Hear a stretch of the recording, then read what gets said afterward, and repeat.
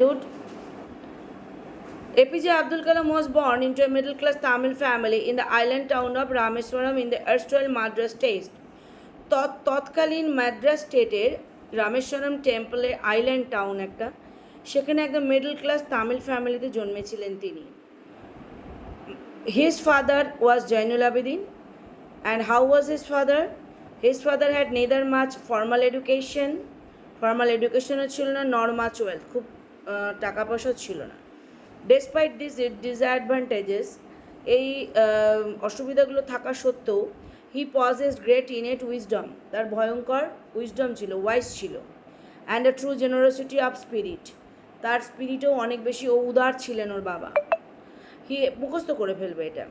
He had an ideal helpmate in his mother Ashiamma, his mother was Ashiamma and they were ideal couple. She could not recall the exact number of people his mother fed every day. প্রতিদিন ওর মা যে কী খাওয়াতো মনে নেই।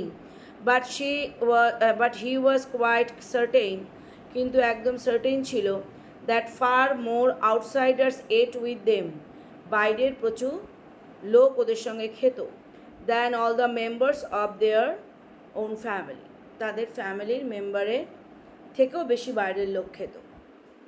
হি was one of many children, ওর বাবা মার অনেক বাচ্চার একটা বাচ্চা।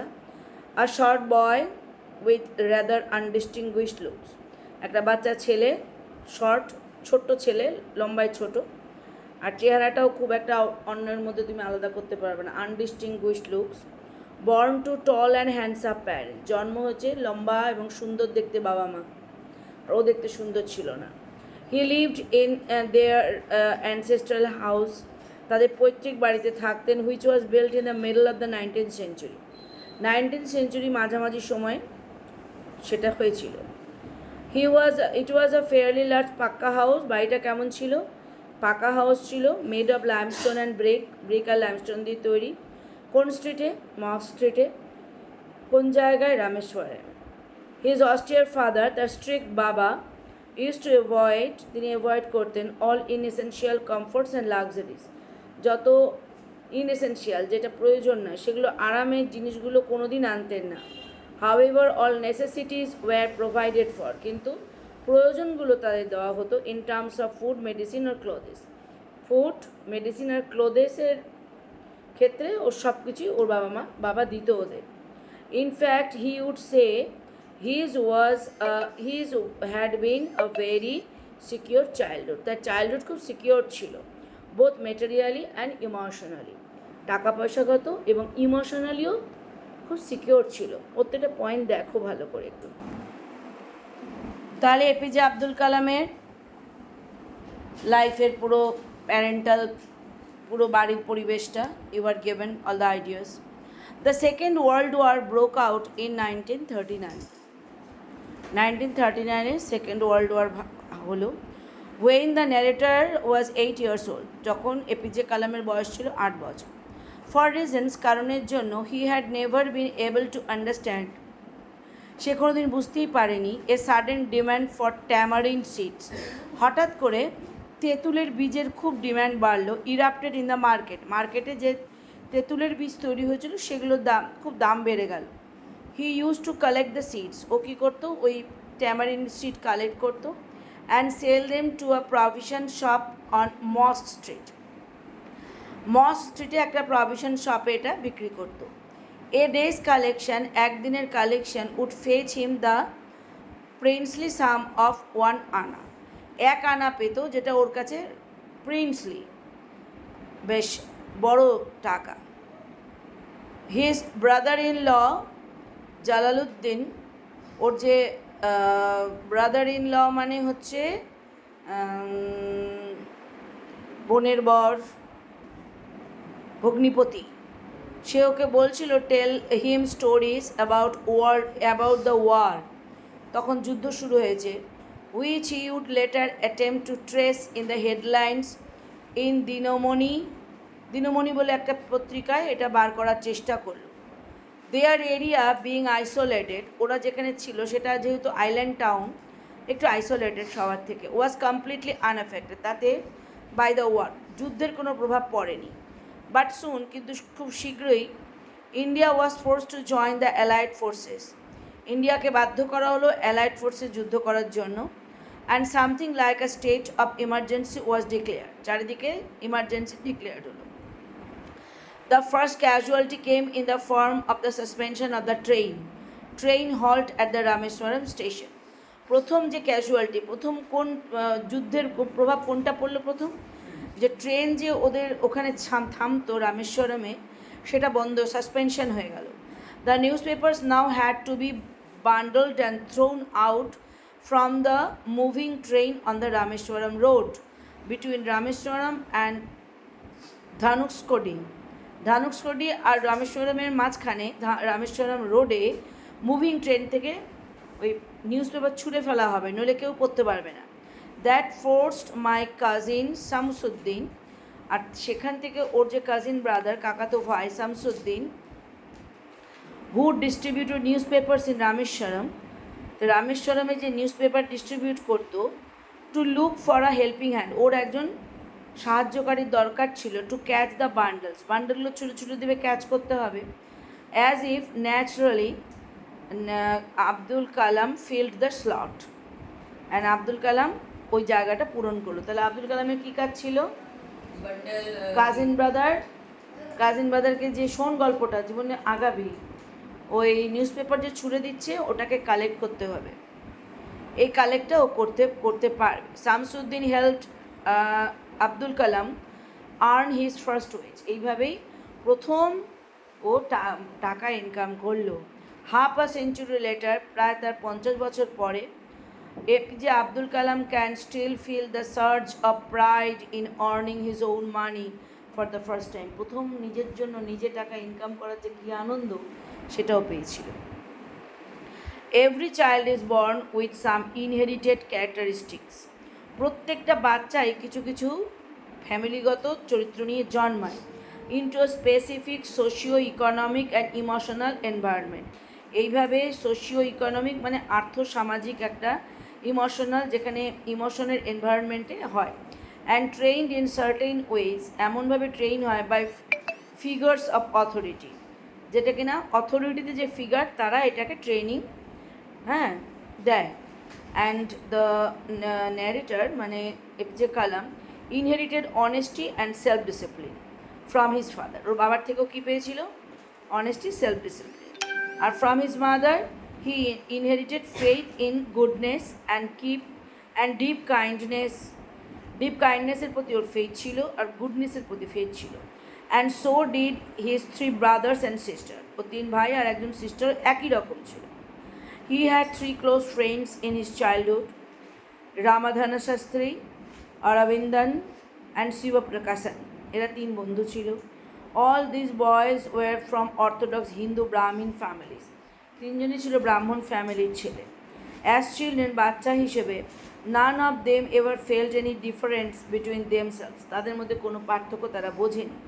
Because of their religious differences and upbringing, তাদের রিলিজিয়াস ডিফারেন্স আর তাদের বেড়ে ওঠাটা এরকম ছিল, তারা কোনো দিন বোঝেনি। Because in fact Ramanadha Sastry was the son of Pakshi Lakshmana Shastri, রামধান Shastri ছিল হচ্ছে পক্ষী লক্ষ্মণ শাস্ত্রীর ছেলে। Who was Pakshi Lakshmana Sastry? The high priest of the Rameswaram temple, Rameswaram টেম্পলের বড় পুরোহিত। লেটার, পরবর্তীকালে, he took over the priesthood of Rameswaram temple, পরবর্তীকালে রামেশ্বরম টেম্পলের পূজাটা উনি করতেন from the death of his father, বাবা মারা যাওয়ার পরে।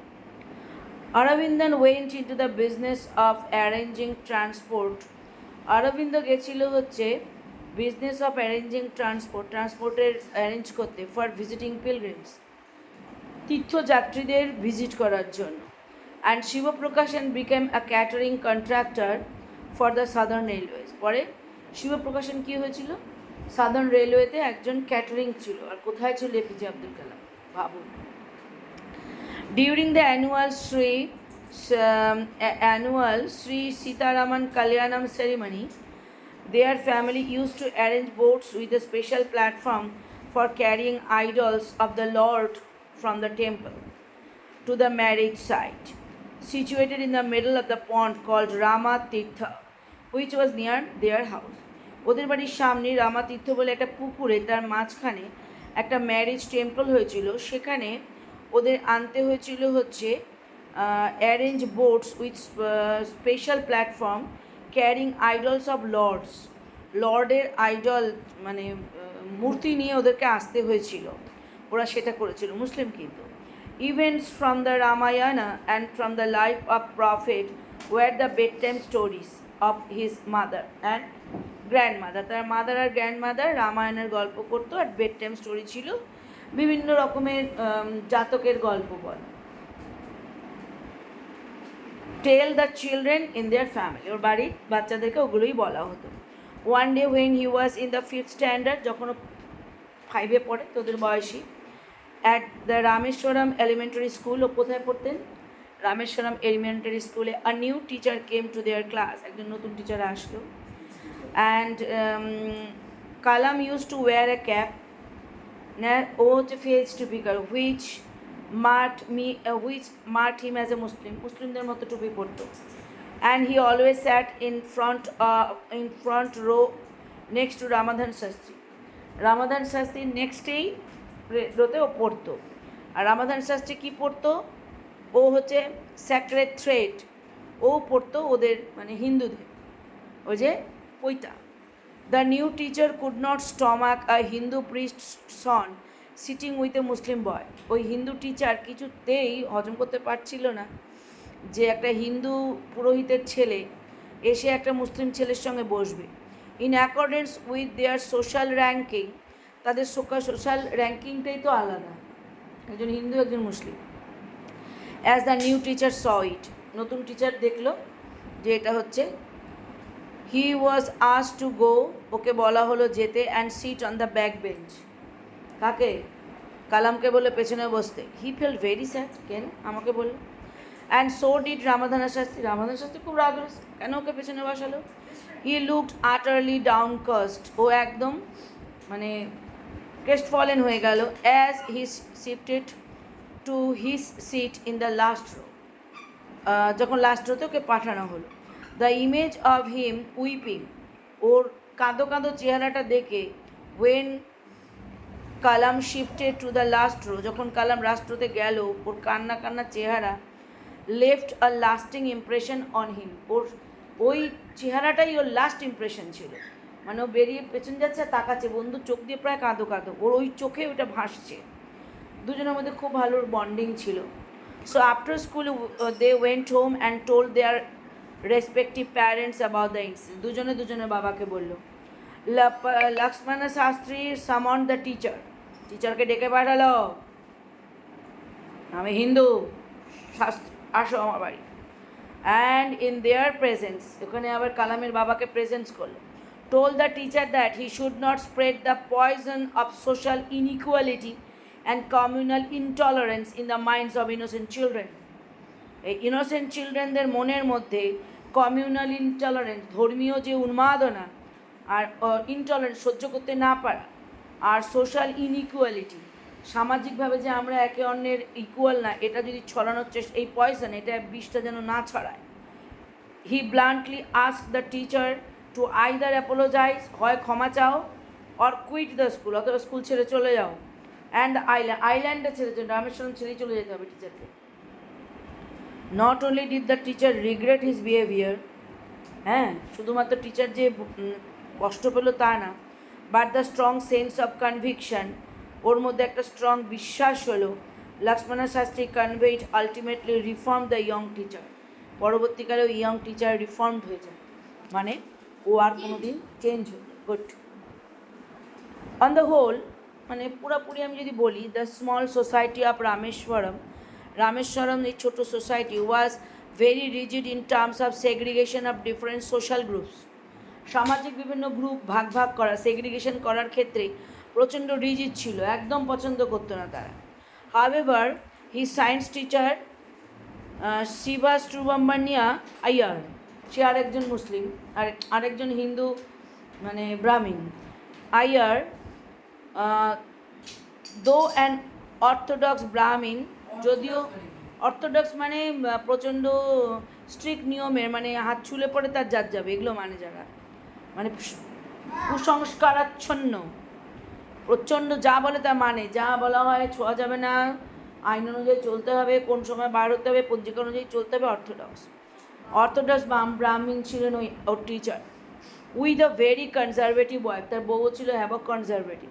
ওয়াজ সামথিং অফ এ রেবেল, সে ছিল একটা রেবেল, মানে এই সোসাইটির এগেনস্টে একটা প্রোটেস্ট করতেন তিনি। He did his best to break social barriers, ও সমস্ত যত রকমের সামাজিক যত প্রাচীর ব্যারিয়ার ভেঙে দিয়েছিলেন।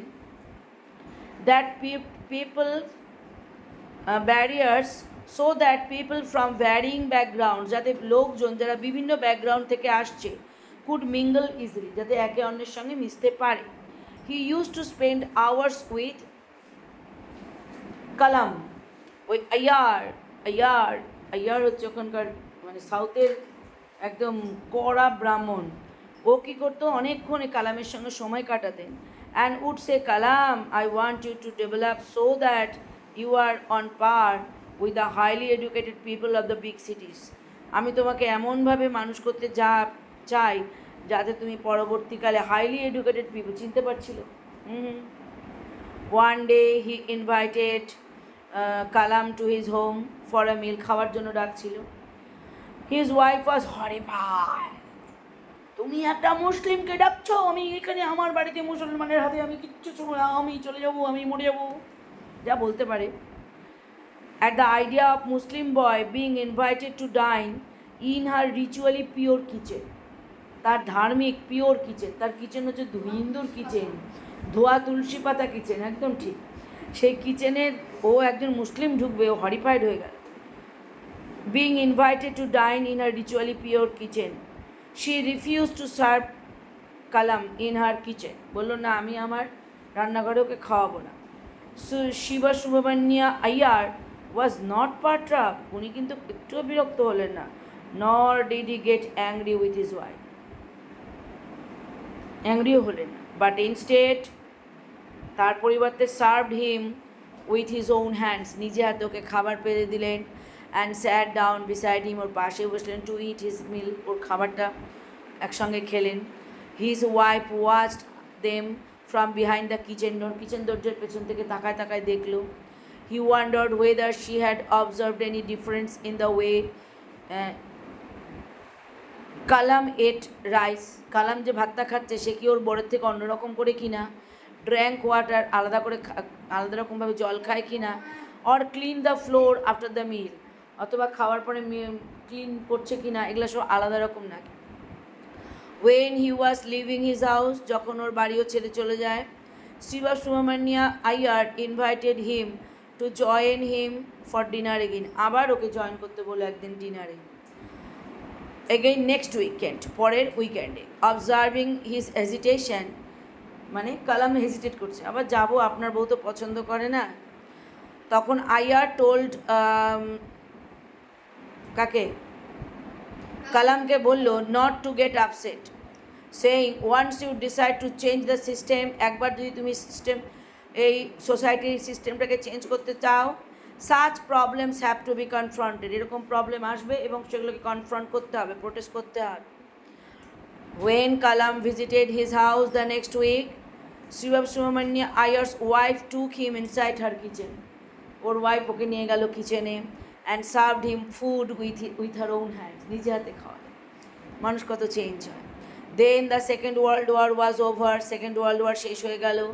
And India's freedom was imminent, ইন্ডিয়ার ফ্রিডম খুব কাছেই চলে আসলো। Indians will build their own India declared Gandhiji, Gandhiji বলে ইন্ডিয়ানরা ইন্ডিয়া নিজেরাই গড়বে। The whole country was filled with an unprecedented optimism, সারা ভারতবর্ষ অপটিমিজম মানে হোপফুলনেসে ভরে গেল। Kalam asked his father for permission to leave Rameswaram, তখন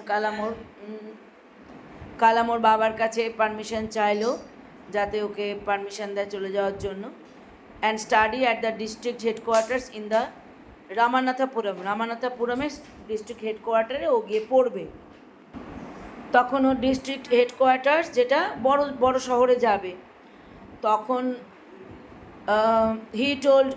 His father told him as if thinking aloud, Abul,